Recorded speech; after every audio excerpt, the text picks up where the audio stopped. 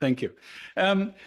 So I think we all recognize that design review could be done in a slightly different way, and there's some ways that we could improve it. And so part of what this process, this series will be to talk about how it might be approved. And we're going to do that by, after this session, most of the sessions are going to be case studies in which people who have done a certain kind of project come in and describe that project and tell us how it relates both to their decision making, how design review related to their decision making process and their financing process, so that we understand how we might simplify the process in a way that it works better for everybody, but we still get the results that we want as a community where we are going, rather than, I have to say, one of the options that the council put on the table is simply to void design review for the next 3 years, which is, they put it in the document by saying, well, Seattle did it, so maybe we should think about that as an option. So there are fairly dramatic options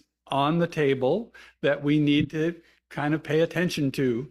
And part of the purpose of this is to have those of you in the audience understand what's important, how the current design review process fits into implementation of all the city's projects, so that we get the city we like, and how we might improve it in order to get an even better city in the future.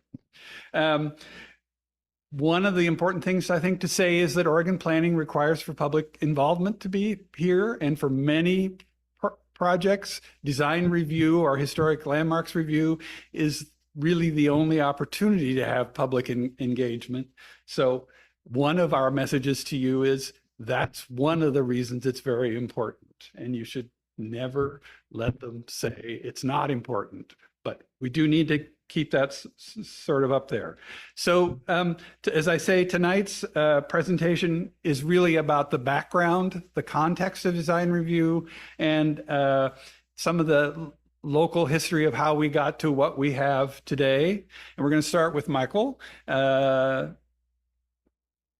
He's a researcher and educator. I won't do the whole bio.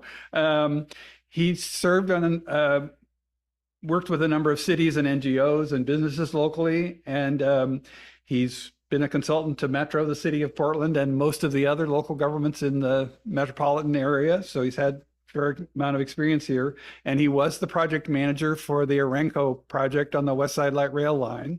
So he's sat on both sides of the table in terms of these processes. As he mentioned, he was the president of the Goose Hollow Neighborhood Association, and he's also the executive director of the International Making Cities Livable Conference. And he has a PhD in architecture from the Delft University of Technology in the Netherlands. So, Michael. Thanks, Steve. Okay.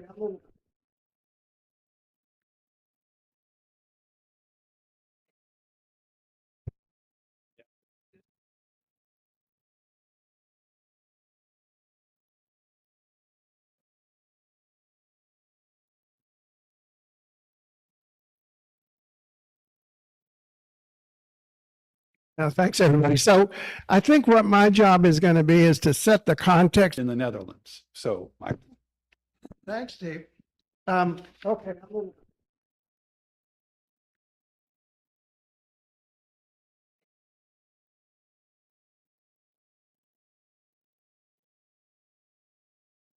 Thanks, everybody. So I think what my job is going to be is to set the context a little bit, the history of how we got to where we are as a city. I say we because I think of myself as a Portland resident, even though I live up in the Gorge now. But I love Portland and I care about the city, and I think we have some important lessons that we can share, that we have shared with the rest of the world, but that we need to learn ourselves, maybe, about our own history. And so this is a bit of hopeful history, if you will, looking at where we are. And, we've done a lot of great things.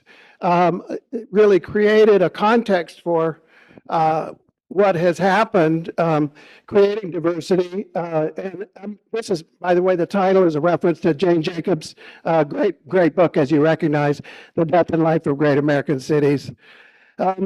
And we've created diversity, right, in Portland. We've done a great job of that in the 70s and 80s. But then we've come into a period, I would say, where things have not gone so well. I think we all recognize that. But as Jane Jacobs says, lively, diverse, intense cities contain the seeds of their own regeneration. So that's a very hopeful message, I think. And cities do go through this. Remember how New York was in the 1960s and 1970s. It's a pretty sad place. And it has revived and regenerated. In fact, it's become too successful. And I'll talk about that a little later, the fact that you can become too successful in gentrifying, right, and creating a very expensive city. And this is not only about New York and Portland and many other cities around the world that have risen and fallen and risen again and can fall again, and Portland can fall again. So this is what I'm going to try to do, is set a bigger historic context of the discussions that I look forward to having with you. And we're, I think, on the upswing now. The news, you might have seen this article in the New York Times about life is good in Portland. And the indicators, the booking study that was just done of the economic indicators, look at this, we're number 7 of 54 nationally in prosperity, inclusion, number 2 of 54. A lot of these indicators are really positive, and I think we need to recognize that we are on the upswing, but certainly the job is not finished by any means. And let's remember, going back, to the cycles that we've been through before, and I'll talk a little bit about the planning history, and Steve will talk about it in a little more detail.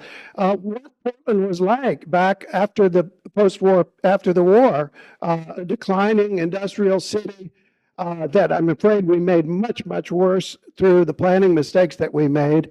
And here it is in 1965, that's the South Auditorium District that is, Steve's going to talk about, or the South Downtown.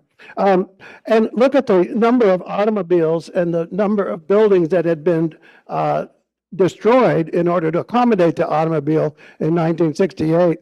Robert Moses, who was famously Jane Jacobs' nemesis in New York, you may remember, also came to Portland and gave us this wonderful freeway plan. The red ones were not built. The green ones, sorry, other way around. The green ones were not built. The red ones were. And in fact, that was a big moment in Portland's history when the opposition to those new freeways became mobilized, and the grassroots demand for a renaissance in the city. And there was a lot to build on, as you all know, with a splendid, walkable urban fabric, the great architecture, people like A.E. Doyle, the Beaux-Arts and the arts and crafts from the turn of the century, and other buildings from before then as well, and Wade Pipes and others who are really national figures in terms of their architectural reputations. And the really ordinary arts and crafts buildings and bungalows neighborhoods that are in a number of cities, but Portland has a great legacy of those as well. And remember, these were built for ordinary people. These were not meant to be homes for the wealthy by any means. And this was really a culture of leadership by the architecture profession, engaging with these issues that I think is very important to recognize. Then, yeah, there were very fancy, expensive houses too, and great urban fabric as well all over the city. And then, of course, the era of the automobile came, and this is the Portland Hotel that was destroyed in order to build what is now Pioneer Square, but was a parking lot, famously.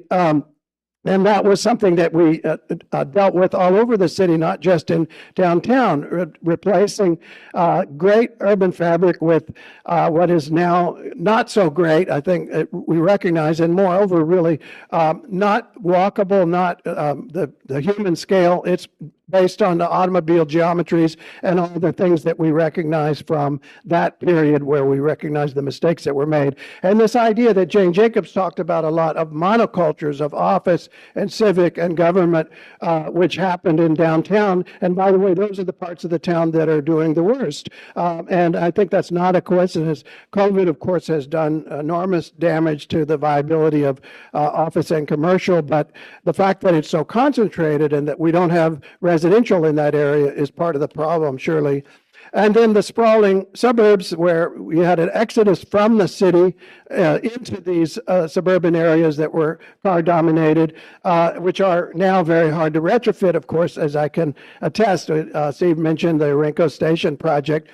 And I think Jacobs is a great touchstone for us to come back to and think about when we're looking at our current situation, and even when we're thinking about design review, which I hope we preserve and revitalize. We find new ways to do design review in order to make sure that we get these generators of diversity, as she talked about, the mix of uses, the blocks that are short, and lots of opportunities for pedestrians to cross and interact. The district mingles the buildings in age and condition, including historic buildings, of course. And then there's a dense concentration of people, including those who are there because of residents.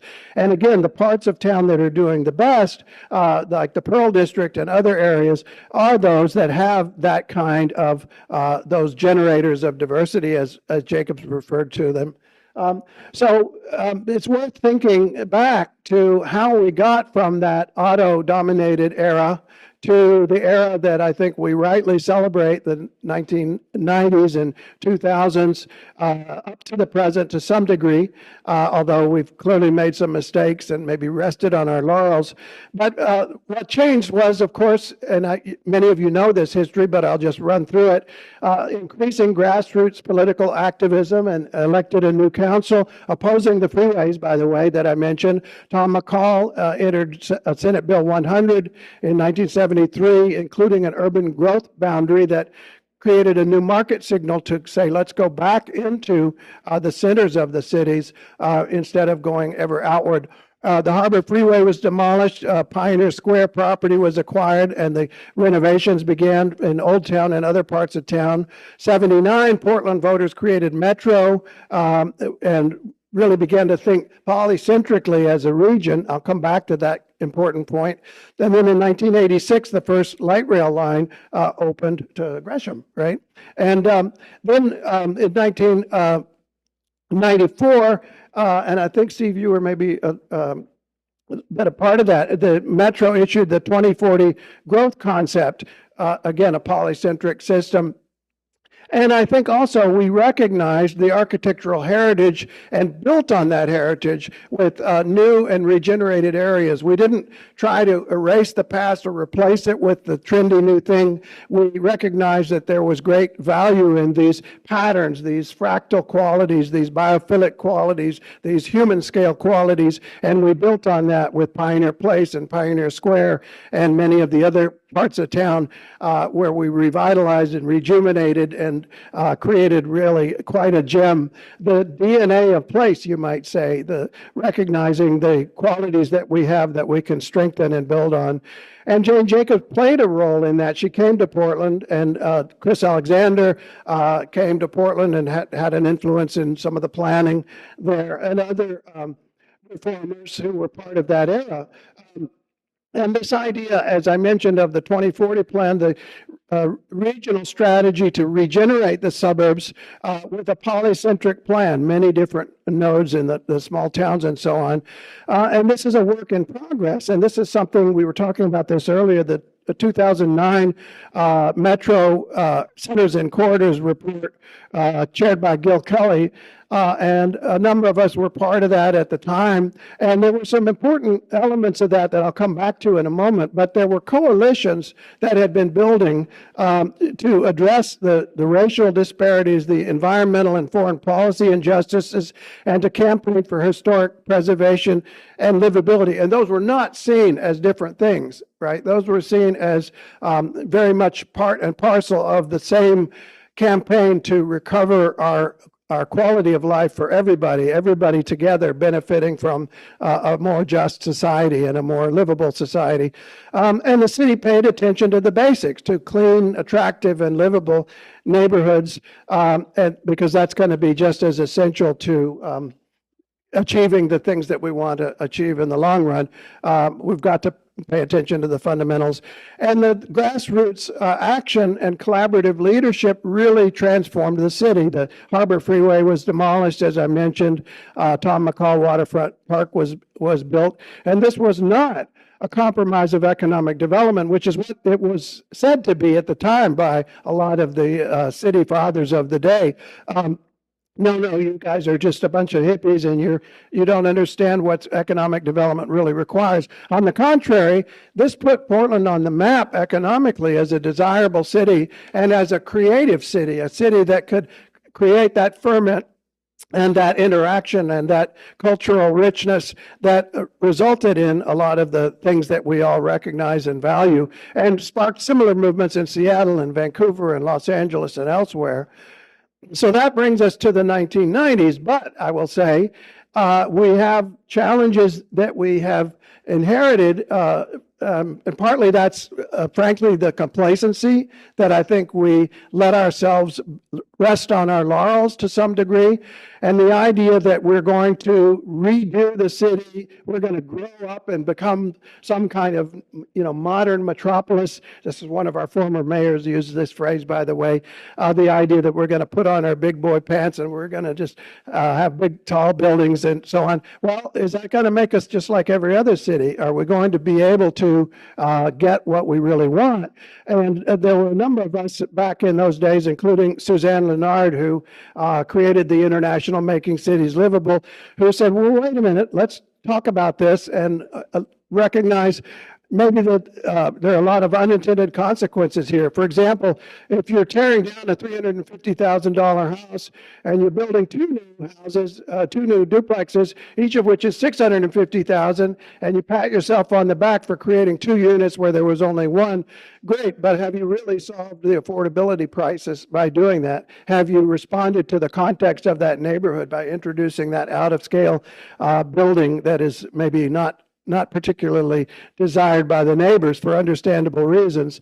And again, this is happening all over the city, where the heritage is not only not being protected and built upon, but it's being erased in some cases, and new buildings that are part of the trend. And I taught at the University of Oregon, and I saw this happening, that the kids were looking in the magazines and trying to buy the next Zaha Hadid or Frank Gehry or somebody, and they were coming up with these designs that I think are, unfortunately, let's just put it this way, they are not part of Portland's local DNA of place. They might be interesting, and we might talk about them in complementary ways as designs, but what are they as urban fabric? What are they as part of the response to the city? And this is something that I think about a lot as a theorist and somebody who got my degree in architecture, my PhD. And there's a lot of debate about this in the field that I don't think that a lot of the boosters at that time were acknowledging. Rem Koolhaas talks about the alchemistic promise to transform quantity into quality through abstraction and repetition, that he says had been a failure and a hoax, magic that didn't work. Peter Eisenman talks about the late period of modernism, the Rococo phase, and Peter Buchanan, the critic, talks about the urgent quest for sustainability, but it ended not only postmodernism, but also the termination of, rather than a return to, modernism, as he argued. And if the former is not disposed to effective action, the latter is unsustainable to its core. So there's a lot of debate about this, and I think it's a fair debate, and we need to have it. And I know I have my own opinions about what that means in terms of the quality of the public realm, the quality of walkability, the quality of the human scale, and the durability of it. Because again, the latest thing isn't necessarily the thing that endures over generations. And Jane Jacobs talked about the pseudoscience of planning that seems almost neurotic in its determination to imitate empiric failure and ignore empiric success. And we might say the same about the architecture profession, my own field that I know and love. And let's be fair, hack traditional is equally problematic in a lot of ways, especially when you're talking about residential demolitions and the kind of regrettable quality of infill that happens to go on a lot of times. I think that argues for design review. Maybe not, we don't get to do that in the residential as much anymore, thanks to the new legislation, but we can still, by the way, you can still be very prescriptive in the code that you adopt. Maybe not in the discretionary review, and we can maybe talk about that. If we are ending discretionary review, it doesn't mean we need to end the coding, the design coding, it's just that you have to have clear and objective standards if you are going to comply with the new laws, which is fair enough, I think. So going to the conclusions here, though, I think these lessons show us that there are ways to collaborate and to act more intelligently as a city, to create a collaborative civic commons, and to learn from other cities, as Suzanne Lennard and others have been arguing. And actually, this is where Constance and I were a couple of years ago, in fact, on the upper right there. Learning from other people and their mistakes and their successes and what they've been able to achieve, and sharing our own lessons as well, and being able to learn from those and improve the quality of life, and to think differently and not fall prey to some of the thinking that has gotten us into so much trouble in the past, particularly, as Jane Jacobs pointed out, this sort of single variable thinking or silver bullet thinking, where we say, oh, if we just did this one thing, tall buildings, let's raise the height of the buildings and that's going to solve our problems, or whatever it might be. That's a wrong way of thinking. And Jacobs talked about this idea that isolating a few variables, two variables like the number of houses and the cost of housing, that's one relationship. And then there are the statistical relationships of the different populations and how they respond and so on. But there's this great middle, as she said, this area where it's not so much the number of variables as how they're interrelated with each other, part of a web network of relationships that we need to understand, problems of organized complexity, as she put it. And this is the way we need to think about our urban planning. We need to understand it. Let's not just chase after one silver bullet solution. Let's think dynamically and think in terms of web networks. And she argued that this really is the way cities are organized, that the sciences are teaching us that in the late 20th and early 21st century, and we need to avoid that former thinking which has led us to such a dead end.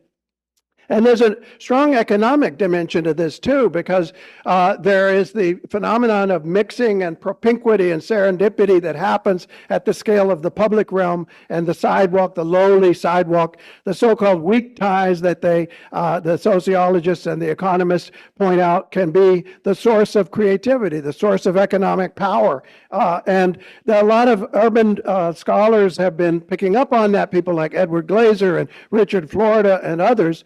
But I think we have to be careful, because although urban agglomeration benefits, as they're called, are real, bringing the parts of the city together into a sort of socio-spatial reactor, you might say, where you get this creative energy, this condensation and this power, creative power. That's a real thing, and it's important. But too much of a good thing can be not a good thing if you over-concentrate it and you leave other places behind. If a little is good, a lot is not always better. If 2 aspirins are twice as good as 1 aspirin, it does not follow that 100 aspirins are 100 times better, right?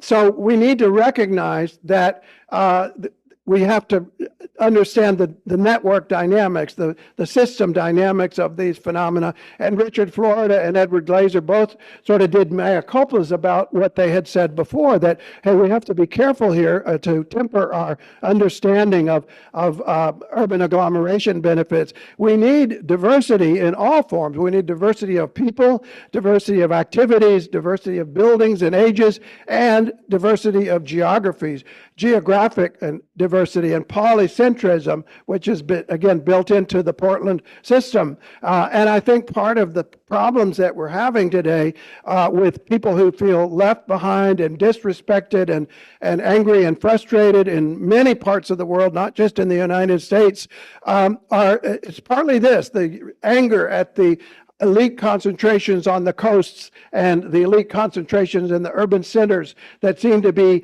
having all the economic power, all the cultural power. And there's a lot of resentment and anger about that, which is in many ways understandable. And we might say that we need to be careful about what I might call voodoo urbanism.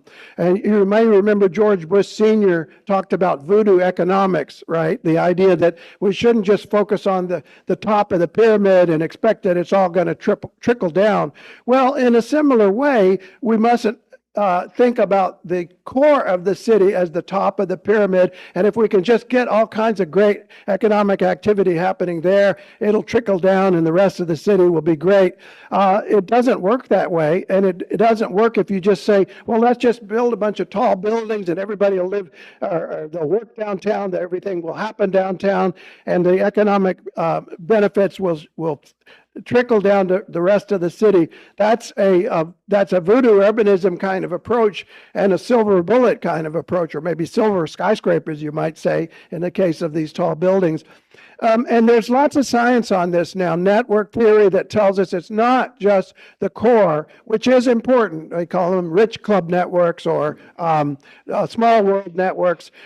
Those do generate benefits, but you want to plug in as much as possible the different parts of the network, because the more nodes you have, the more power the network has. And that's a very important network dynamic. And the idea of voodoo urbanism is actually not economically sustainable. It's going to tip you over into a monoculture. We need to think polycentrically, and that is, again, what's enshrined in our 2040 growth concept, the polycentric region, where we want to have the Orenco stations and the Gresham station and all the other places, that each of which is a place where people can get their access to most of their resources, and then they come into the center of the city for cultural events and other things.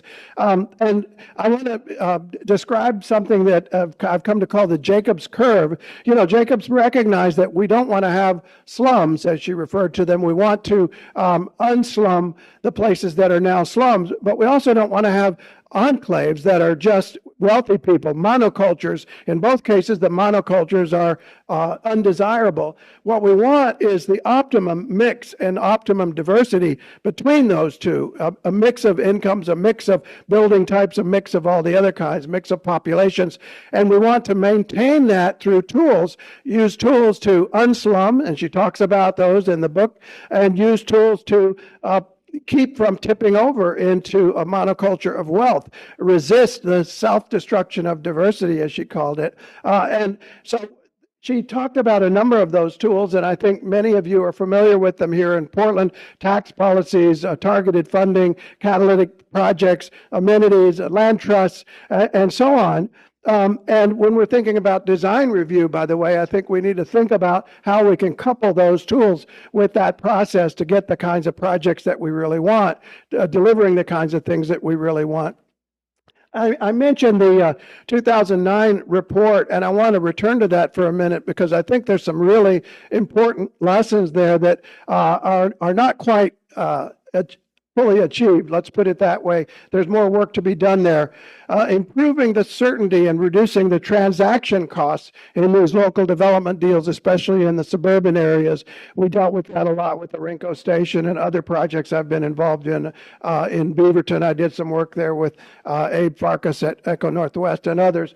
Good design will be critical in gaining and sustaining public acceptance and building the kind of communities that we want. That's where design review comes in, I think. There's a need for focused and sustained collaboration between public, private, and nonprofit and institutional sectors. We've got to build those platforms that can do that. We need to overcome those obstacles and create those new mechanisms to further that development in all the different parts of the city. And the undeveloped land and underdeveloped land that needs to be unlocked with these tools. And the development codes, the inflexible development codes, that's a very important thing that's going on now. I'll talk about that in a little bit more briefly, but we need a kind of toolkit approach to assemble these tools to be able to use, the different jurisdictions can use in the different parts of the city, and a center and corridor design prototypes. All of those things are in that 2009 report. And the zoning code reforms, as many of you know, have been happening statewide. And I think that's generally very good news, although we have to be very careful about this. I remember Peggy Moretti and I went down to Salem to talk to them about don't just shove it down people's throat. And let's be careful to have a collaborative approach. Do it with the residents, not against them. I want to use this example to illustrate this point. There's an old story about if a parent serves a cake to two kids and it's not going to be unusual that they're going to fight over it. Hey, they got the bigger piece and so on. But if the parent gives the cake to one of the kids with the knife and says, you cut it, and the other kid is going to pick the slice, you watch how closely that kid is going to slice that cake. The point of that is that the rules of the game can reward cooperation or it can reward division. And I think we in Portland need to learn that lesson and recognize that we have rewarded division far too much in recent years. And we need to find more collaborative approaches, including what I refer to as QIMBY, not NIMBY, not in my backyard, and not YIMBY, yes in my backyard, but quality in my backyard, QIMBY. And what that means, and this is something I've been talking about and working on for a number of years now, going back to Portland days, is the idea that we're going to go upstream of the point where there's going to be a fight about it, right, an entitlement fight, and say, okay, you're going to collaborate. We're going to collaborate together, the neighborhoods, the city government, all the stakeholders, and say, what do you want? It's not a question of will there be growth? There will be growth. What kind of growth? And let's agree on that. Let's find that win-win path. And we need to recognize what the opportunities are. And I think that's going to be essential for the recovery of the city, as this report was describing. So a couple of closing points before Steve can dive into some of the history of the downtown and the urban renewals and the design review, why that's so important. Let's understand what we have to work with from history and understand what we have to work with in each other. There's a lot of capacity amongst all of us working together. Tend to the fundamentals: clean, safe streets and public spaces, human services. I know the mayor is working on the homelessness issue, and I think we need to redouble our efforts in that regard. And also the quality of life issues and the cleanliness and safety of the streetscapes. That's the public realm that we all share, and if it's not in good order, the city as a whole is going to decline, and that's just a reality.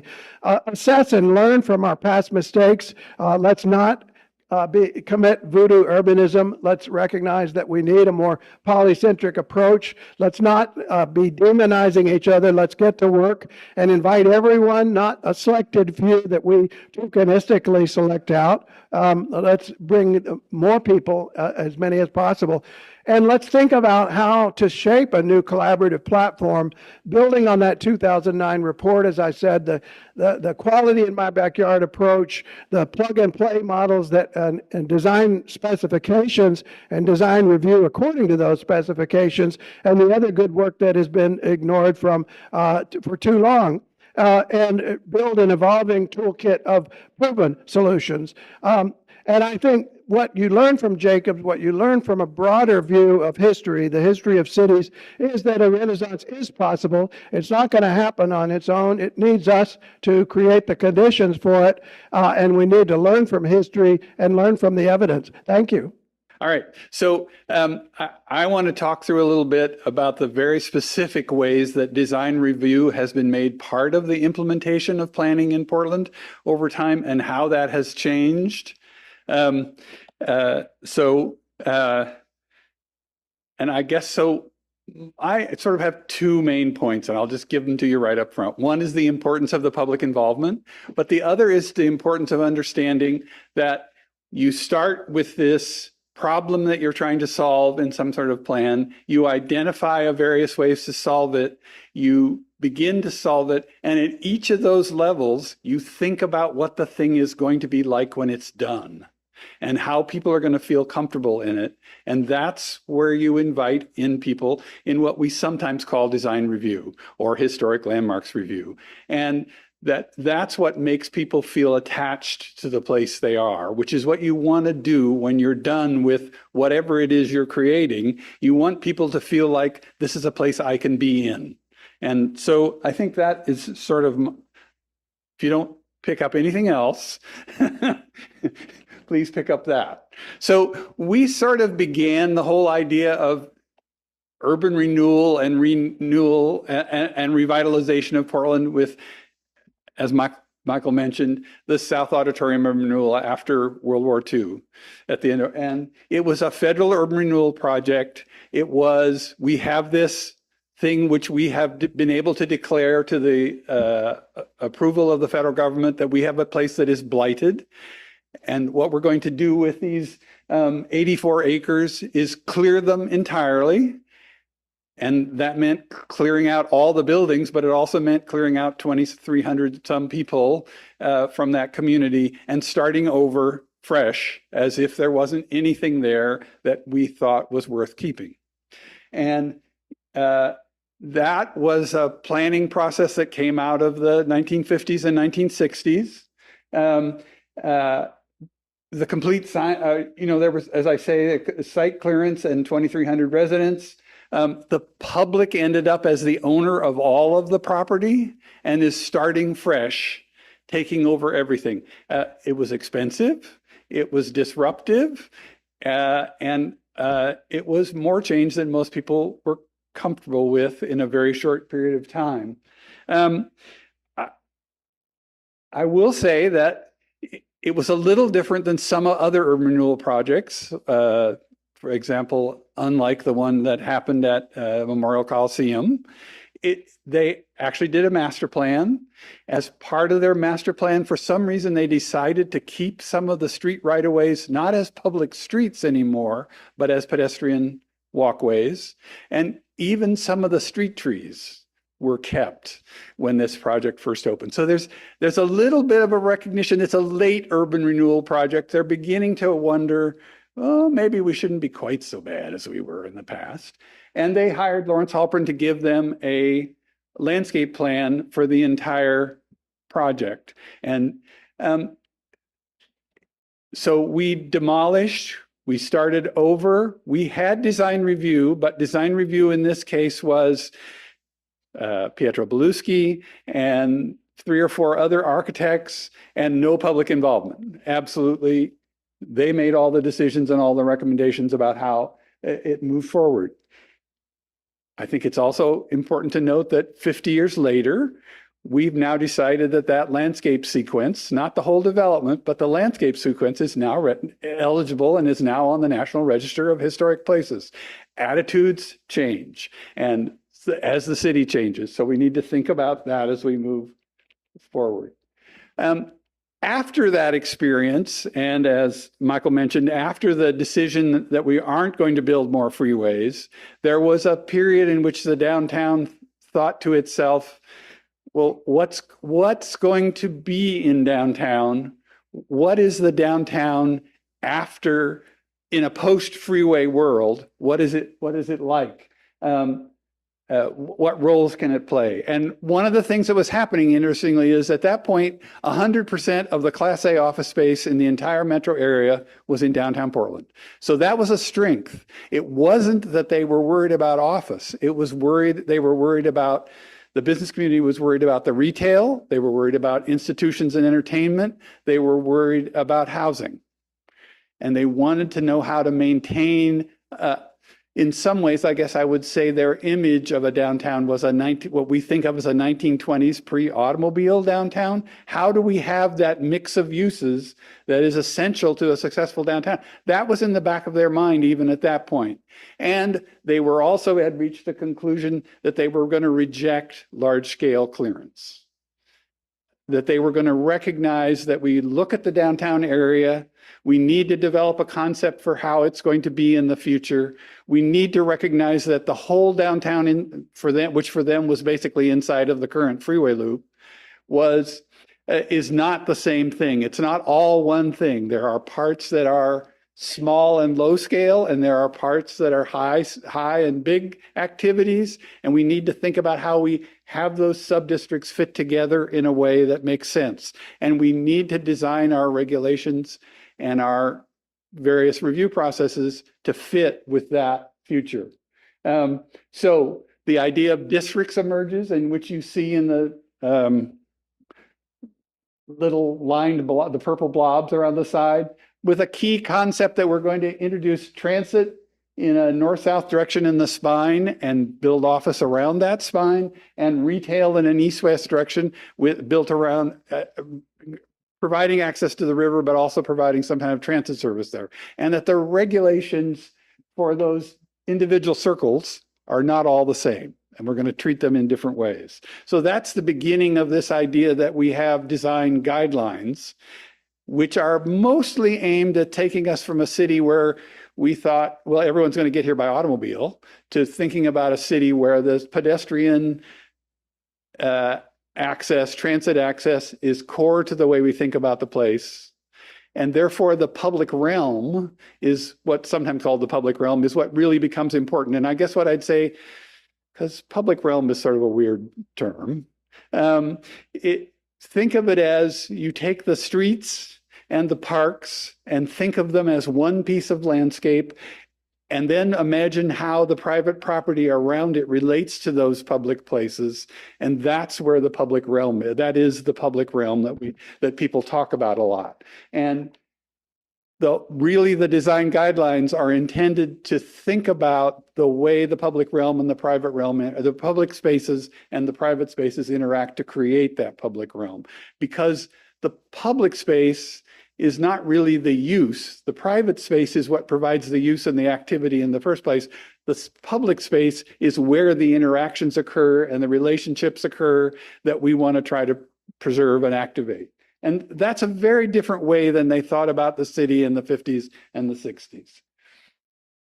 An important piece of the downtown plan was that they said, here's our long-term agenda for the 20 years, but let's identify some projects that are that come up front, and they're mostly public projects. And I'll come back to those later. So there's a small number of big projects. There's a new zoning code that recognizes that sub-districts are different, and that the height and the bulk as well as the function may change. There's parking management, and this is a very interesting historic preservation issue for us, because we were demolishing all of those historic buildings for parking lots. And yes, we decided it would be important to have historic districts, but we decided that one way to get them was to say you can't demolish a building and create parking unless you're also building something new that will add to the city as a whole. So it was sort of like no more surface parking lots, was without actually saying no more surface parking lots. So that was intended to take us from a situation where about 1/3 of the days in downtown Portland, we exceeded the carbon monoxide national air quality standard. And this strategy, combined with a whole bunch of parking and transportation strategies, got us there. But historic preservation was part of the argument to achieve that objective. You would get what you wanted in multiple ways. Again, the public realm, and the recognition that to get some of the public uses you wanted, you had to provide incentives. So yes, we limited the amount of office parking that was allowed to be built. We did not limit housing parking because people were so worried that housing wasn't going to happen, that they could do whatever they wanted, they thought they needed to get it done. And on the retail side, that the city would build garages for retail parking because no one had built retail parking except Meyer & Frank in the last 30 years. It just didn't make sense from them from a market perspective. So we, the public, needed to take some leadership roles in these kind of activities. So there's this strategy that is individual actions have multiple objectives and they overlap with each other and they connect. And then design review is the way that the Planning Commission and the council and ultimately the various commissions see that is carried out in a way that it achieves our objectives. I will say that for a while, because of the way the regulations worked, the city council actually reviewed every single downtown project themselves. and learned that they didn't really want to do that anymore. that was very time consuming, but it was an education about how difficult it is and how to get there. We'll come back, John, we'll come back to you and you can tell us a little story, some stories of that. So what I'll say is that in looking at this plan, there is urban renewal funding, that is tax increment financing. There's federal block grant funding for housing. You link it to your capital budgets. You have corporate leadership. You have political alignment, and you examine the market conditions, like offices are all downtown. And that's how you put the strategy together and the plan together. It has to be all of those things. To get to the big projects, I think Michael mentioned all of them. The first one really was the transit mall. That is the north-south spine with the office development adjacent to it. The highest densities allowed and heights allowed in that corridor. The creation of Pioneer Square from the parking lot. And the third major one is Waterfront Park. I think the picture on the left is the way we sort of imagine it. The one on the right is the way, I guess it was imagined last weekend, but, but it's also the way that they imagined it when it was first developed in the 1970s. It was a place where it was everyone's front lawn. It was the place where you would gather. This happens to be, I think, a picture of Neighbor Fair at the beginning, where all the neighborhood associations came together and did displays in the downtown. I know it because I was in the St. John's dunk tank. But each of us has our role to play. So again, the toolkit is entitlements about height, FAR, transfers, etc., bonuses, dollar incentives from housing, and the Development Commission, development standards and guidelines, public investments, and then review processes to see that what we get is what we hope for. And the last one I'll mention is advocacy. And I mean this kind of advocacy, but I also mean the kind where the city says to the state, for example, we want more housing downtown. You need to give us the authority to do X in order to accomplish the objectives. And that's part of the conversation that I don't think we're having. That's one of the conversations that we're not really having anymore. And we need to have more of those kind of conversations. So in this same time period, in 1968, design review, historic Portland Landmarks Commission was created in 68. Design review came into place. And this kind of regulation was recognized as one way to begin imagining the reuse of buildings sort of for the first time, particularly in the two initial downtown historic districts. Again, it was part of a total strategy to strengthen the tax base, have urban placemaking, air quality, multimodal transportation, no new, etc. At first, I think landmarks was, let's identify the places. As we move into this phase, they begin to think, let's review the way we do things so that when we look at new uses and we look at how people can change them, we think about how to incentivize it. So for a while, they don't have it anymore, but there was a time what's now Prosper Portland actually had a set-aside fund for historic preservation activity. That's dropped off the scale. It's something we need to come back and think about. That plan, over a relatively short period of time, accomplished a lot of its objectives. And so then people felt pretty good, and they sort of started thinking about a slightly larger area, which was in 1988 was identified as a central city plan. And it looking at a larger area than downtown, that is the neighborhood around it. It approached it in the same way of thinking about public-private investment strategies. But I would say there's more public agency activism as we think about this larger area. And the public review began with, okay, what is the study area? And so a part of Albina was considered to be added, and a part of Goose Hollow was decided to be added. And the decision was made, well, if it's not really someplace where we're emphasizing public change, then we're not going to study it as part of this. And so Goose Hollow didn't, Lair Hill didn't end up in the study area. Laura Albina, because it was a place that they thought would change, did end up. So there's a broader public engagement that's occurring for this plan than had occurred for previous plans.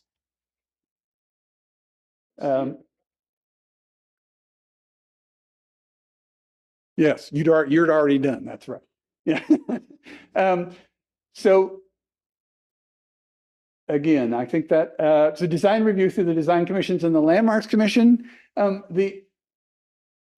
there's a sort of a review standard, and particularly for design commission, I would say that they are not style standards. I think it's important to recognize that most of the language is about patterns that create public realms that's an attractive place to be. That's the primary emphasis. How high can it be? How does it relate to the street? Not what style is it? Does it have polka dots on it? Maybe, probably, we're open to that. And this public review happens at commission hearings, but it also happens through the neighborhood involvement process. Because by this time, the neighborhood involvement process is a fairly formalized setup thing, and everybody who wants to get notified gets notified through that process. Not necessarily the case today. I guess some other ways of thinking about the central city plan is some of the districts were assuming infill development, like the Lloyd district, because the first max line was being built as this plan was, people knew or wanted change to happen. They're still maintaining the basic street structure and the basic public realm, but they expect a lot of physical change on the private property. And that's also true as they thought about Goose Hollow, I think in parts of Goose Hollow, because it was where the future West Side was going to be. So where the public is investing, the public expects some kind of results. Where the public is not investing, it's a different answer. There's also coming back onto the table some areas of complete redevelopment because there are some areas of complete inactivity. And that is South Waterfront and the northern part of the Pearl, where the rail yards, these things which get completely abandoned. Now we get to think about, can we start them afresh? And we have a little bit of ability to think about them in the same way that they did for South Auditorium. But instead of thinking about a new pattern, they tend to say, that 200 by 200 foot block, it's pretty cool. Let's just put it back. So and maybe that wasn't the right answer in every case, but it's like there was this thought process about how you put things together. And the other thing that's a little different about the central city plan, I'd say, is that there's a greater recognition that this development is going to happen over an extended period of time, and that the market will change during that period, and that our rules and regulations have to be a little bit flexible to allow for that. And it's most noticeable in the Pearl, which I'll talk about a little bit later.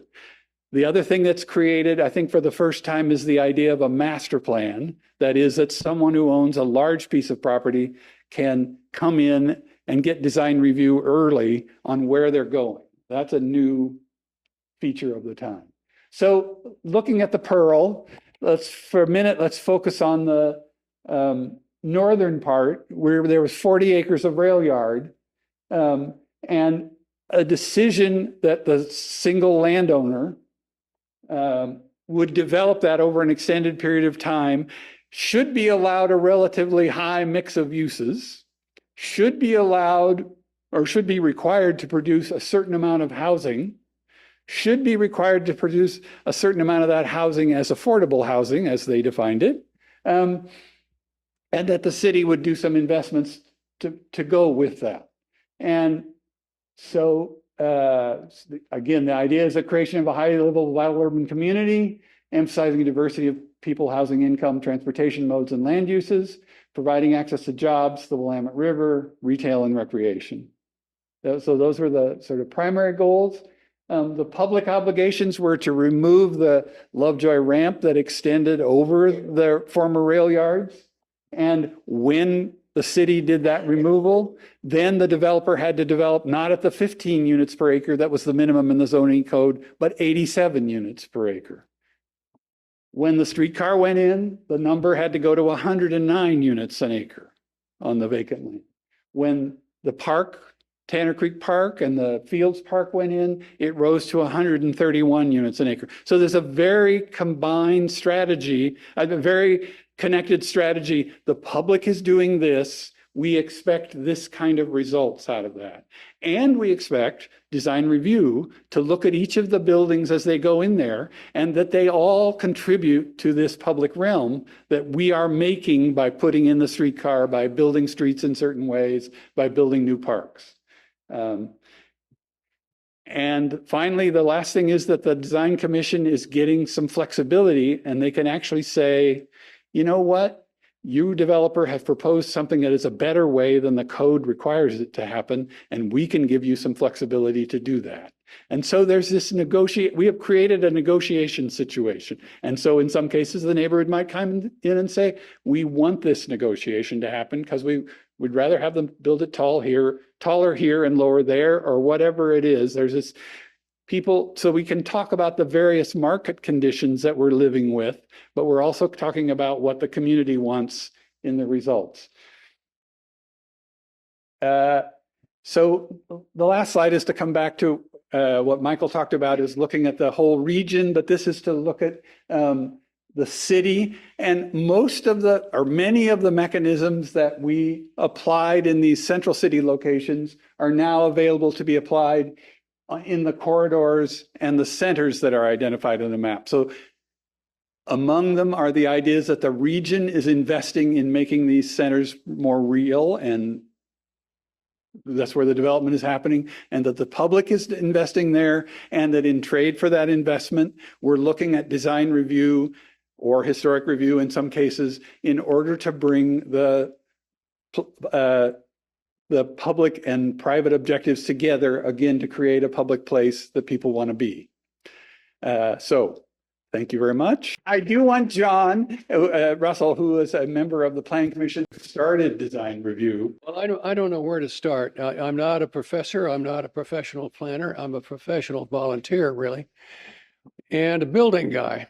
And so one thing I'd like to say about South Auditorium, the effort wasn't to eliminate I think we're ready blight. to try to answer questions or be corrected. There's lots of places in the city that had that same blight condition.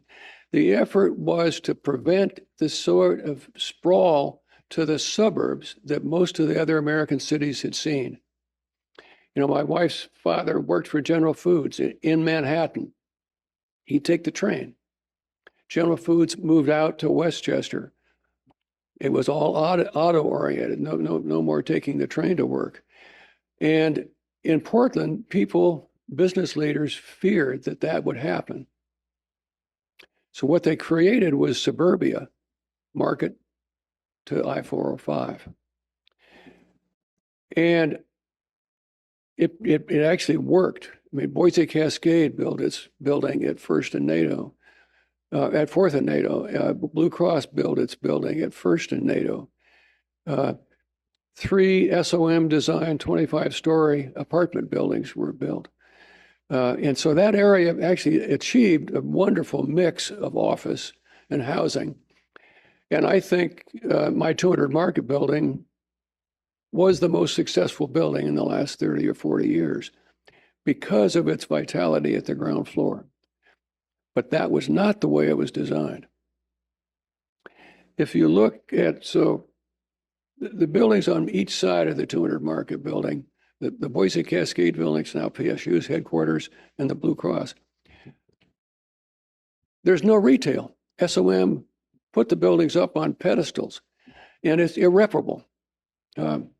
Fortunately, Prudential built my 200 Market building on flat land, but when I bought it, there was no retail at all. And I think the success of that building is due to the vitality at the retail level. But I also developed Pac West Center, 30-story building, a very, very modern building designed by Hugh Stubbins. So I'm a building guy. And so the choice became, so who's going to design that building for me? And Philip Johnson was one of the candidates. And I went to lunch with Philip in the Four Seasons restaurant that he designed in the Seagram's building. But I completely rejected him because across the corner was the Hepplewhite building, if you remember. The first 75 feet of that building was nothing other than granite. Yamasaki took us through the World Trade Center. Nothing on that ground floor of those 100-story buildings had any vitality whatsoever. Hugh Stubbins, though, who is not a household name, but he should be because his firm was the 4th winner of the AIA National Award, where I.M. Pei, who is a household name, was the 5th. But Stubbins wasn't terribly productive. He was the Dean of Architecture at Harvard. But he did Citicorp Center. And it's not necessarily that it changed the architectural world, it changed the development world. Because it was a very, very successful building built on top of one of the biggest subway stations. And Stubbins was given free rein by Citicorp to do what he wanted. On the ground floor of Citicorp, there was no branch. Stubbins convinced him that a branch wasn't really a valid retail thing. But you could get chocolate-covered strawberries. It was the first Conran's store in the U.S. And it was a very, very successful building because of the vitality in its ground floor. Now, when you're up in an office, they're all the same, but not so on the ground floor. But I also, I served on the Landmark Commission 10 years before Rick became an employee of the city. And the Landmark Commission at the time was, as you point out, was brand new. George McMath was the chair of it. And I was 23 or 24 years old. And the review process of the Landmark was ridiculous. We were reviewing which of the buildings about to be demolished were worthy landmarks. What the hell were we doing? So I raised my hand and I said, if we don't change the economics of landmark buildings, they're going to be torn down, as they have been. And so came up with the idea that if you held on to a landmark building and didn't do anything, there should be no public benefit. If, on the other hand, you invested and you enlarged it, you spent money on it, then maybe you could be exempted from property taxes on that increase, not the base. And so McMath got us an appointment through his friend, Tom Vaughn, if you remember. If people do remember, with the chair of House Revenue down in Salem. And so the three of us went down. I had a 3-piece suit and tie, and were ushered into the office of Earl Blumenauer, younger than I. He was 24. Birkenstocks, a bike in his office. And so the three of us explained this thing to him. And he beckoned in Richard Munn, the storied chair, staff head of House Revenue. And the three of us explained it to him. The two of them nodded, and Earl said, I think you can consider that done. So for 10 years, I thought, well, shit, that's how it works in Salem. Come up with a good idea, and it's done. But so about that point in time, I bought the second oldest building in the city, 1859, 3 stories, 25 wide, 100 feet deep. Greg Baldwin was my architect, and I lived on the 3rd floor with a 4th floor addition with a hot tub on the deck as a bachelor with a motorcycle in the lobby. And my wife still married me despite all that. But it was a very, very successful building. The building permit review process was dreadful. because the building code wasn't designed for buildings that were 3 stories, 25. But they're back in those days, there was a 3-person appeal board of people who had some familiar with what you were doing, and bankers and stuff. And Greg and I had, I think, 21 different things that we had to appeal to make the building work, and we got all 21. Not from the staff, who were constrained by the rules, but by the appeal board.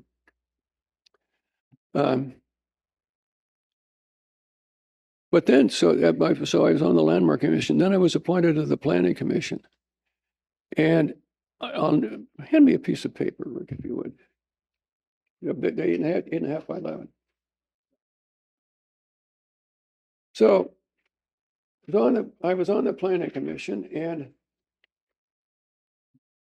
the Urbanco building was given to us. The building literally was the building. And all we had to rule on was, did it meet the parking requirements? Yes. Did it meet the height? Yes. Did it meet the density? Yes. But the building sucked. And it was one of the worst buildings around.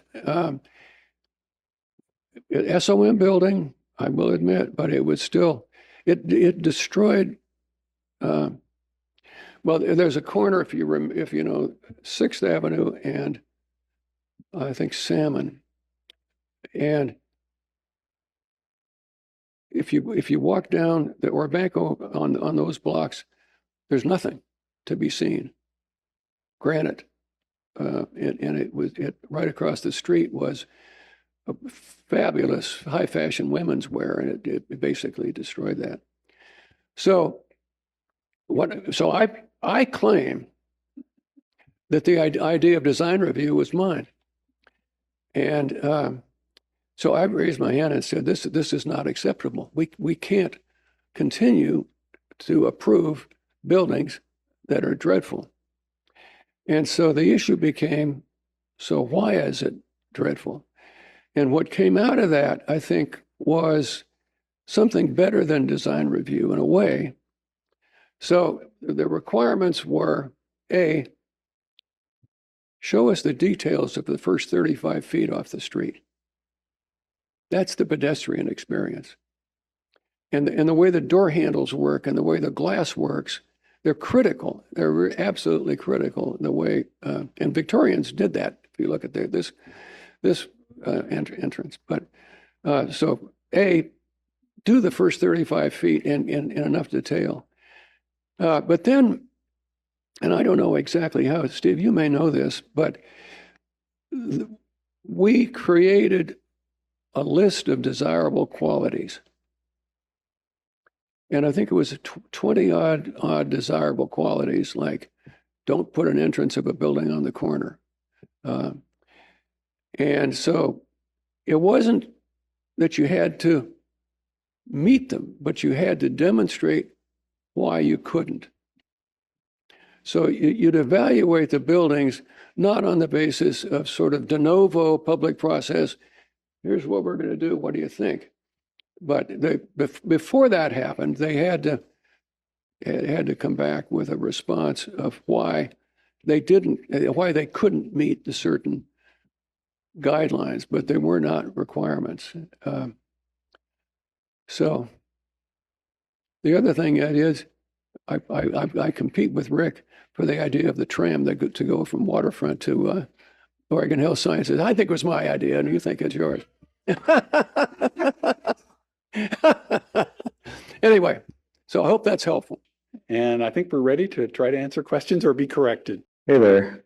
My name's Matt Henderson, and I've been very instrumental in the Save Lloyd campaign. So this is the grassroots initiative to try to seek alternatives to the complete wholesale demolition of Lloyd Center. And this talk happening tonight just feels fortuitous in a way. I'm Matt. This is also Matt Kelly. He's been involved and instrumental. And we just submitted an appeal to the Design Commission's decision to approve the master plan submitted by the developers. We are submitting an appeal. We're doing so with the backing of Northeast Coalition of Neighborhoods, the Ice Rink Coalition, which is a separate initiative operating in their own capacity, are submitting an appeal with their lawyer. I think that the reason that's driven us this far, because we're just a group of concerned citizens, and also many of us rent space at the mall. So what we've witnessed in the past 2 years increasingly, and particularly last year, things really started to culminate. You all might have seen any number of nice stories in the press about, oh, Lloyd Center, the coolest small business incubator happening in Portland. And so we really feel convinced that the real magic of like a city destination is like trying to come to fruition there, and in some ways already has, and should be invested in by the city. My question is, this process has felt very fraught because the developers engaged in a year-long design advice phase with the city and the development office. And it was informed by what we feel is some pretty lackluster attempts at gathering feedback from the public back in 2022, when perceptions of the mall were like rock bottom in the course of the mall's entire history, just emerging from the pandemic. And what we've done is we've gathered collectively over 10,000 signatures for our 2 petitions, Save Lloyd Center Mall, Save Lloyd Center Ice Rink. And we've also, of our own initiative, gathered 850 plus substantive feedback comments. And we've presented this to the various city council members. There was a huge showing at the Design Commission hearing. There was 220 testimonies given to the public record in favor of preserving Lloyd Center in some meaningful way. Not entirely, but in some meaningful way. And it feels too late. Everyone's telling us it's too late to, it's impossible to turn around this cruise ship that's getting ready to dock. And yet we have these processes, the Design Commission hearing, and now the chance to appeal, which puts it in front of City Council. And we're very braced for City Council, just like the Design Commission, telling us we don't really have the ability to tell, this property owner, these developers, what they can or can't do. Somewhere in there's a question, like, this is a pretty big learning failure, to lose a historic site and community destination like Lloyd Center. If it's to become a cautionary tale, that's a pretty painful one. But if it really comes to that, mall closes, everything's wiped clean. What's that? Private equity wins. It's owned by a New York-based financial monolith. And so basically, how do you protect that, what we feel is a civic asset that should be invested in, when the public is invited in so late to have any impact on the plans? It was a 100-page planning document that they've been working on outside of anyone's view. That's my question. Took me a while to get there. Thank you. I don't know that I can actually add much to that. I would say that the mall would have been eligible to be listed, given its age, on the National Register, and that would have been a different approach. I'm not saying it would have, I don't know how successful it would have been, but it's certainly eligible in that sense. At this point, I don't know that,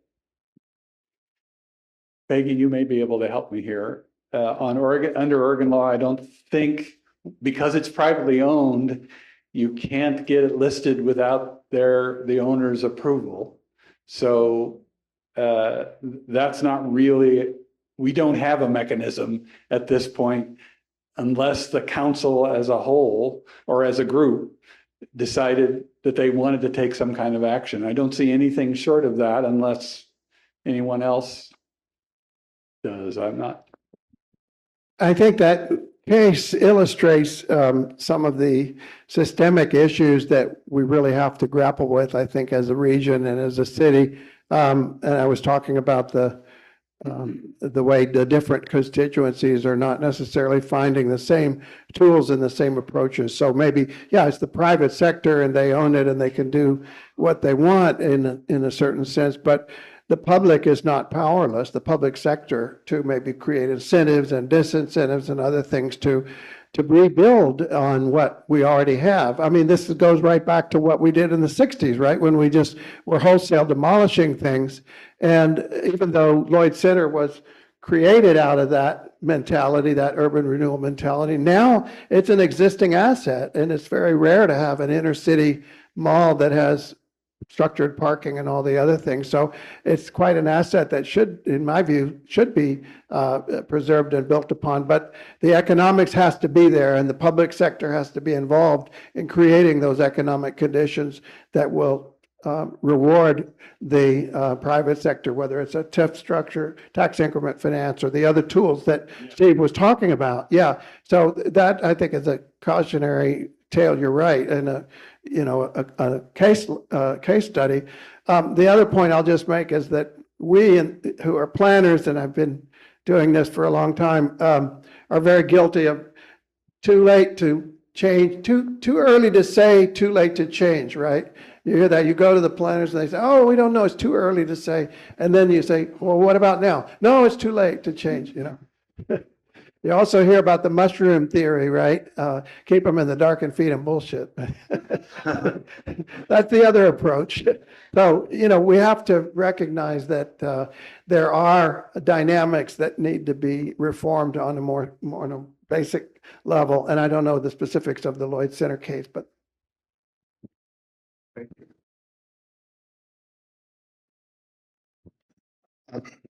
Excuse me, I'm going to leave my hat on because the lights bother my eyes, but I wondered what the incentives are there now for historic property owners like Mr. Russell and others here who have significant properties. Is there an incentive for owning a historic building other than the equity gain through time? At this point, I think in the past, the biggest incentive was the federal tax credit for doing additional work on the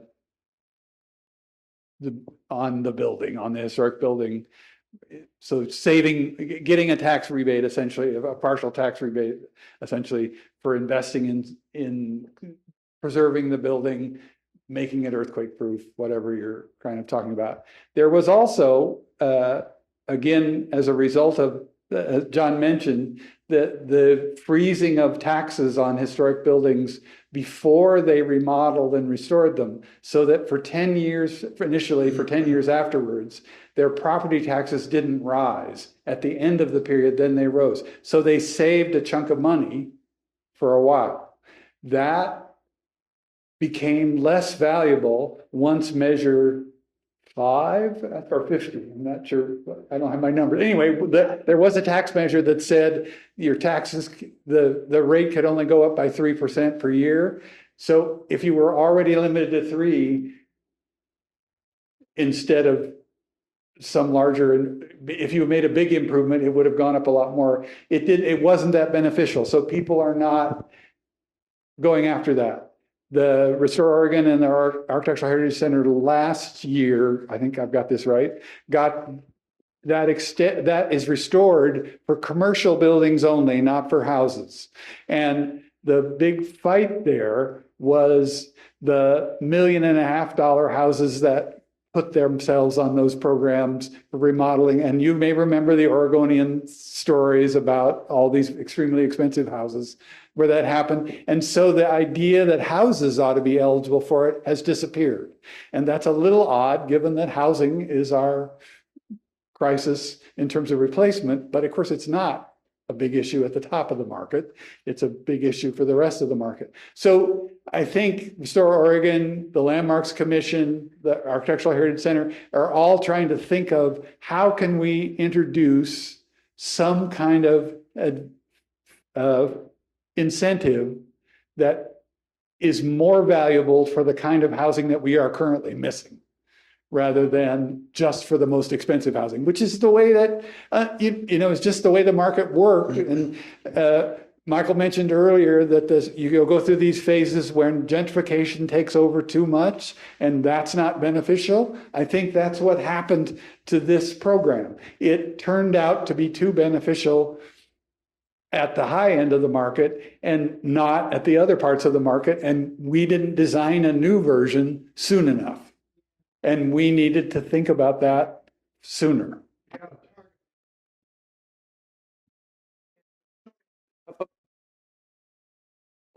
Sorry, The federal tax, I'm sorry, I just want to interrupt. Okay, so we are recording this. And so we have to use mics. And then also I want to know who doesn't want permission, like whoever's asking the question, if you don't want to be in the video, let me know and we'll take you out of it. But before you say something, I just want to make sure that you're on mic. Otherwise it won't be heard. Steve, that was a great description of a whole load of things, but I want to repeat the question is what is available in short for the owners of historic buildings to do something? the primary one is the federal tax credit. That's still available. And that was always the largest. And is that the one that's from 0 to 3%? It's No. This is federal and it's on your investment, your business investment taxation.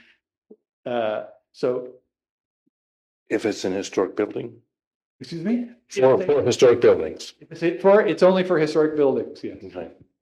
Thank you. And it's only for investment buildings. In other words, you couldn't apply it to your house. So I think that's right, isn't it? Yeah. I had a comment and a question. Michael mentioned a lot of statements that Jane Jacobs had made, and I hope everybody does read her book, The Death and Life of Great American Cities. One of my favorite excerpts from that book, is the face-to-face contact that takes place on city sidewalks is the small change of civic trust. I've always liked that. Now to my question, what are you hearing about, in December, the city council charged the city administrator with reviewing the design review policies. And I think they were originally to be coming out with a report on April 9th, but it may not come out until May. What's the latest that you're hearing about what may come out of that in terms of good or bad things? They have a range of options in the resolution, as I mentioned earlier. One of them is the idea of copying Seattle, which was simply to eliminate design review for a 3-year period. So it's not unlike the idea we're not going to charge system development charges for new development. They're looking for what little quick thing can we do that will make a difference to somebody. And so that's one of them. The staff is currently developing a whole range of other alternatives. Some of them around, can we speed up the process by having more things that the staff is allowed to make decisions about rather than having to go through a public hearing. But again, that raises the question of public involvement and when is it needed and so on. One of the things that I hope that we talk to them about is that the process is as it's currently designed, it was designed to respond to the needs of the bureaus and the commissioners who were in charge of them. in their process phases, instead of thinking about it, here is the development process. What are the times when developers need certain kinds of decisions to know that they can go to a bank or know that they can go to a lender of some other lender, and that the things can get lined up better with the development process. And I would hope that part of our argument is, look, you have a new form of government in which the policy makers are not beholden to individual bureaus. So we should be able to structure it better to fit the processes that we're trying to go after. So that's, I think, what I hope we can bring into this conversation. I don't know, again. Yeah, I want to also amplify that point and call for, especially with this group, thinking about design review. Don't get rid of it. I think that would be throwing out the baby with the bathwater. I think recognize that it does need to be reinvented in a sense, and it needs to go upstream, so to speak. Yes, there needs to be public involvement, but maybe not for every little proposal that comes before the public, but rather how those design standards are structured, as John was saying, how those ability to specify what kinds of projects you want and understand what the private sector is needing in terms of getting that project built that you want, because it has to be a collaboration to achieve the project. It can't just be, well, no, we don't want this and we don't want this and we don't want this. What do you want and how do you help the private sector achieve that has to be part of the equation. So I think all of that suggests that it needs to be moved upstream in the process, especially as we're moving more towards quote unquote clear and objective standards on a lot of our entitlements, and streamlining the process to create more certainty and more predictability, which means lower cost, because all of those things, uncertainty equals risk equals cost. So yes, we need to get all those things done, but we need to do that more upstream rather than downstream, I think. Is this working? Yes. Hi. Hi, I'm Peggy Moretti. I'm on the board here at the AHC. I'm also the chair of the advocacy committee here. And I think there's a couple of committee members here. And I think I've gotten correspondence from several of you guys. I'm also a commissioner on the Historic Landmarks Commission for Portland. And I wanted to invite you all to go online, look, Historic Landmarks Commission, and look at the State of the City report that we just delivered this past week, which does talk to a number of things like incentives, calling on the City Council to advocate for better incentives. Portland has some of the worst incentives Oregon is like at the bottom of the list in the United States for providing incentives to repurpose historic buildings or older buildings, unfortunately. We rely on a federal historic tax credit when a lot of other states have a state historic tax credit, which takes you to 40% of your rehabilitation costs. So anyway, there's a lot of information in there about, I think, things that we can be advocating for with the new city council, who frankly doesn't know anything about this stuff. They are in a massive educating mode. I don't mean to disparage them. It's just the way it is. Everybody's trying to do their best, but they really don't know. I don't know of any of them that really know much about urban planning or these kinds of things. So they're drinking from a fire hose, and we're all going to need to be alert to come in educated ourselves when what's going to happen is that this study that they've required the Bureau of Planning and Sustainability and the Bureau of Permitting and Development to produce is going to be delivered. Actually, the deadline was moved a month to I think it's May 7th now. It's going to be published. And then nothing is actually going to automatically happen. So somebody on city council is going to probably look at all of that and decide from all of the stuff they see there, what they might want to put forth as sort of city legislation. That's when then there'll be a public process that we can all participate in. And it's going to be really important because when, that is going to be the time where they need to hear from their constituents. Now that they're all elected by their local zones, they're going to care about what people out there in the neighborhoods that are going to vote for them want to see and hear what we care about. And there are good solutions out there. I have had a little preview as a landmarks person. Some of the ideas that are coming out of this process, and some of them are good. I mean, some of them really would make a very positive difference. doing away with design review altogether, really dumb. Just, that's my personal opinion. Really dumb, and ugly stands for 100 years. You know, we're not building, it's not something you can just kind of erase and do over. Oops, my bad, let's do a do over when something awful gets built. So anyway, there's some really, take a look what the Landmarks Commission has put out in their State of the City report, and also the Design Commission. They're the ones doing the design of the non-historic stuff, and there's not, you know, not that big a chunk of our city comes under any kind of design review. So, and they're working hard too. And one of the points we wanted to make this year was that the design commissioners and the historic landmarks commissioners are professionals who volunteer hundreds of hours every year, free of charge to the city. They, you know, they have their professional lives, their family lives, and they volunteer all their expertise. And we need to encourage city council to value it. So that's my 2 cents. Thank you. I wanted to sort of follow up with something that John said earlier that really struck me, and that is that originally design review only really looked at parts of the buildings, the parts of the buildings that affected the public realm, i.e., I don't know if 35 feet was the right number or not. But I'll tell you, the last couple of times we went through design review with clients, it was down to how, and these are new construction, not historic, what the thickness of the mullion in the windows should be 20 stories above the street. And all of the focus was on all of these little details, and none of the focus was on the things that matter, which are bulk, massing, height, location, and quality of materials. And I think getting that focus back to the larger buildings would really help. I also think it's a very different situation for the small infill housing, and it may require an entirely different type of thing. I know that design review as it's presently set up is our public comment opportunity, but when the developers, architects have 2.5 hours to present, and each person in the public gets 2 minutes, you know, it's pretty useless and it's very expensive.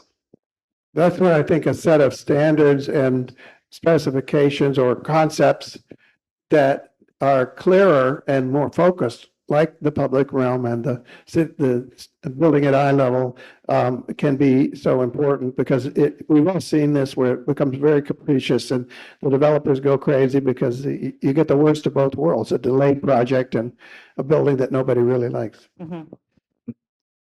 Something about timing, but, you know, and surety early in the process. But I've been involved in so many projects where they're terrified of being locked into something so early before they've done enough of their design to know whether something is achievable and what it cost. And the owner's going, I can't afford that. Well, I'm sorry, design review said we had to do it this way. So there's a lot of timing process and going back to a certain amount of detail that you lock in or don't lock in, you know, that's got to be really a way of looking at this that's not gonna.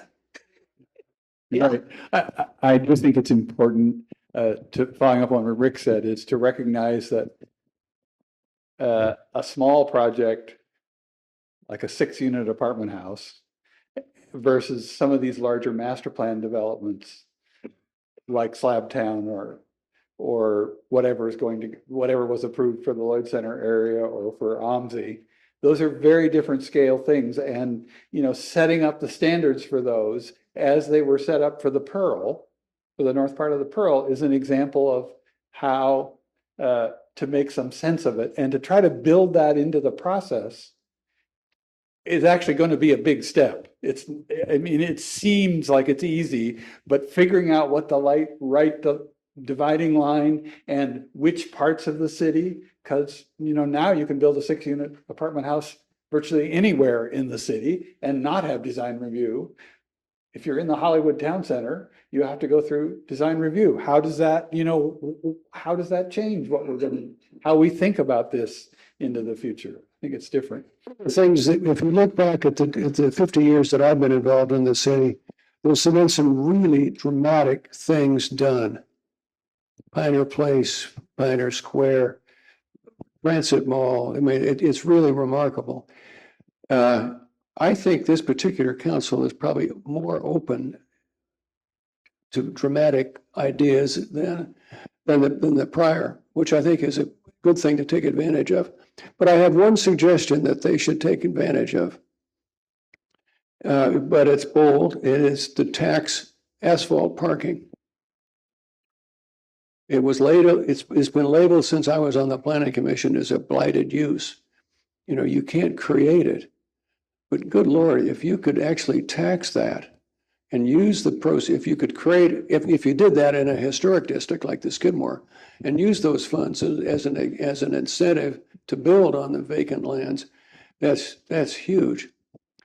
So, and if you took down the Morrison curlicue ramps, you create 3 blocks that the city owns free and clear that they could, and anyway, there's lots of things that could be done if we were going to be thinking just beyond tomorrow. Yeah. A little bit of Georgist economics, you might say. So I'm pretty new to all this, don't really understand the politics and all the red tape and whatnot. But I'm just thinking, talking about what Peggy was saying, we have all these council folks and they're new and probably don't understand all these different processes as well. What's a good example city that they could pull from, right? Is there a design review team somewhere in the States or even in Europe or South America that is doing well? What does that look like? Where are they? Who are they? What if we're restructuring, right? We don't want to throw the baby out as well. What does that restructure look like? It's a lot of energy. It's a lot of things to think about. And we don't want to have people and politics dedicate so much energy for nothing, right? So again, what's the example? I'm afraid I would go back to the sort of original statement, and there are a group of people who are currently saying the city needs to do a new central city plan in which it establishes what the larger goals are again for this central city that is not going to be so office dominated as it has been in the past, and what's its direction. And then from that, you identify what your investment strategy is. How do you, and you have to kind of, and then what your review strategy is. You really kind of need to go through that process over again. I think it's part of the message. I guess there's 2 messages to that. One is you need to step back and think about where you're going in the long term and reach some agreement between the parties about where that is. And then you need to develop the process of implementation by which you'll accomplish it. And that means don't just do these, oh, well, let's delay things for 3 years. That's not the way to set a new direction for the city. So I would say that maybe that's the real basic message of this process that we're going through. Instead of let's grab a baseball team and a stadium, let's think about what our objectives are as a community and then develop a way to get there. That's probably the best answer. Yeah, I think the 3-year moratorium is a very bad idea, actually, but because it kicks the can down the road, basically, and it creates an incentive, but it's a modest incentive and maybe in the wrong direction. But I'll come back to what I was saying earlier about learning from other cities and other places. There are lots of little experiments that have been going on all over. And Constance Beaumont there and I were at a conference in Paris, France, where they are doing some really interesting stuff around this 15-minute city and planning processes. There are lots of things happening all over the world. And one thing I lobbied for, and there was a bit of an effort, Charlie Hale's, what's his wife's name? Charlie's wife. Yeah, Nancy Hale's. The idea of let's have a delegation that goes to these other places and studies and then bring delegations here and learn their lessons and create a kind of, think tank. And there was in our 2009 Centers and Corridors report, we were talking about creating an office within the Metropolitan Planning School to do exactly that, to have a platform where we can bring those lessons together and really have more of a civic revival or reinvention of how we've been doing things. I think one of the problems we've had here in Portland is that we were so successful that we just felt like, well, we can figure it out. We're good at this. Why can't we just do it all? But actually, we need to learn from these other places, I think. I have a similar question, but one thing I really liked was the idea of Quimby, quality in my backyard. I enjoyed that. And I guess I'm kind of stuck on that idea though, because I look around at all the things that I see being built, like especially in this neighborhood. I live in this neighborhood, and everything looks like a hotel. And I think there's this idea that maybe that's what the city needs, but I don't know anybody who likes it and nobody who wants to live in it, even maybe in the sort of income bracket that it's designed for, supposedly. So how do you encourage that quality that you're talking about that makes people happy? Like, what are the incentives that are necessary for that?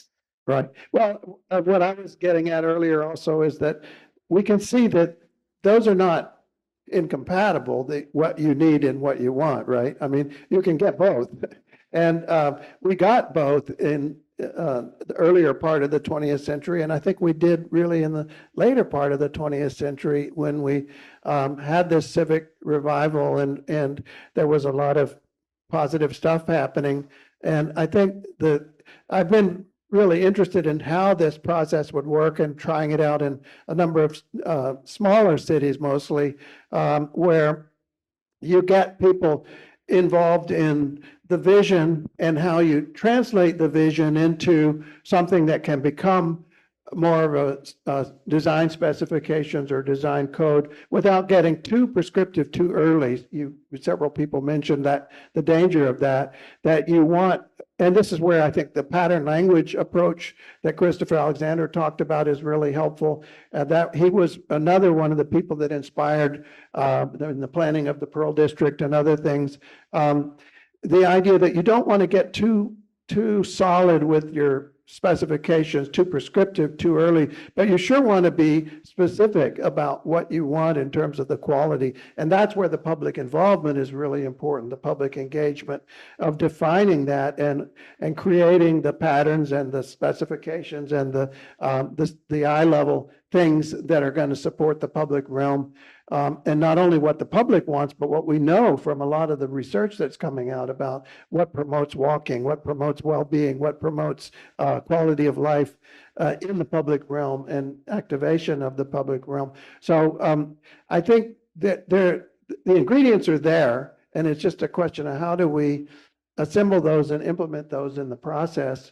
And again, I think we can learn from other cities that are ahead of us in some ways, and we're ahead of other cities in some ways too. I had an interesting conversation with Rick Steves, the travel writer, who was saying, let's take a group to Copenhagen and see what they're doing there and come back. He's so energetic. Anyway, I think that would be a great idea. It's close to 8 o'clock, so I'll be really quick, but you mentioned walking. I think one of the arguments that we need to mention more frequently and more strongly in terms of making the case for better design in buildings is, since City Council and most everyone now is very concerned about climate change, the way that buildings are designed and whether or not they're interesting and attractive, there's a lot of research that says that people are more willing to walk more frequently and farther if the environment is pedestrian friendly. So I'll just mention that as something that we should hit hard on when the design review report comes out. Well, you're singing from my sheet there. That was my PhD research, was urban form and climate change and greenhouse gas emissions and so on. And what it turns out that I think probably not a huge shock to those of us here, that living in more compact, walkable places, historic districts and places with a great public realm, actually, it has a dramatically lower greenhouse gas emissions per capita, not just because of the driving, but all the other systemic things that fit together. And whereas sprawling, auto-dependent development, which is still going on like gangbusters around the planet, including the United States, is way off the charts in emissions. So if you're thinking about mitigation, that's the biggest target you can find. Maybe not immediate, but long-term, it's a really, really big target. And then there's the adaptation side, where we need to have more infiltration of water and more green vegetation and all of the other things, urban cooling, green surfaces, and so on. So there's lots and lots to be done on that front. And I think it's just reminds us that it's not just about climate change. That, I think, is an existential issue. But all of those things, to even if climate change didn't exist as an issue, all of the things that we can do to deal with climate change are also good things to do because they make our cities more livable and better quality and et cetera. So I have one last point or question to throw out to you that hasn't come up tonight, but I think it is implied in the back of some people's minds who are trying to sort this all out. And that is that good design is way more expensive than bad design, or just what the developers want to deliver. Do you have I know we're a little on time here, but can you respond to that kind of assumption that good design is too expensive? That's a huge fallacy. I mean, yes, there are some things that cost a lot more. Stone costs a lot more than wood, et cetera.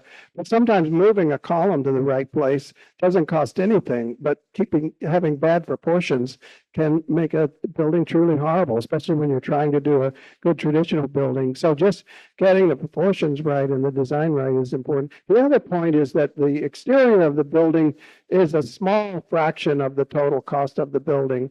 So putting more of the money into the public realm and the way the building meets the street and the public realm and creates that edge, the basic street wall, the wall of the public space, which is so critical for the quality of that public space.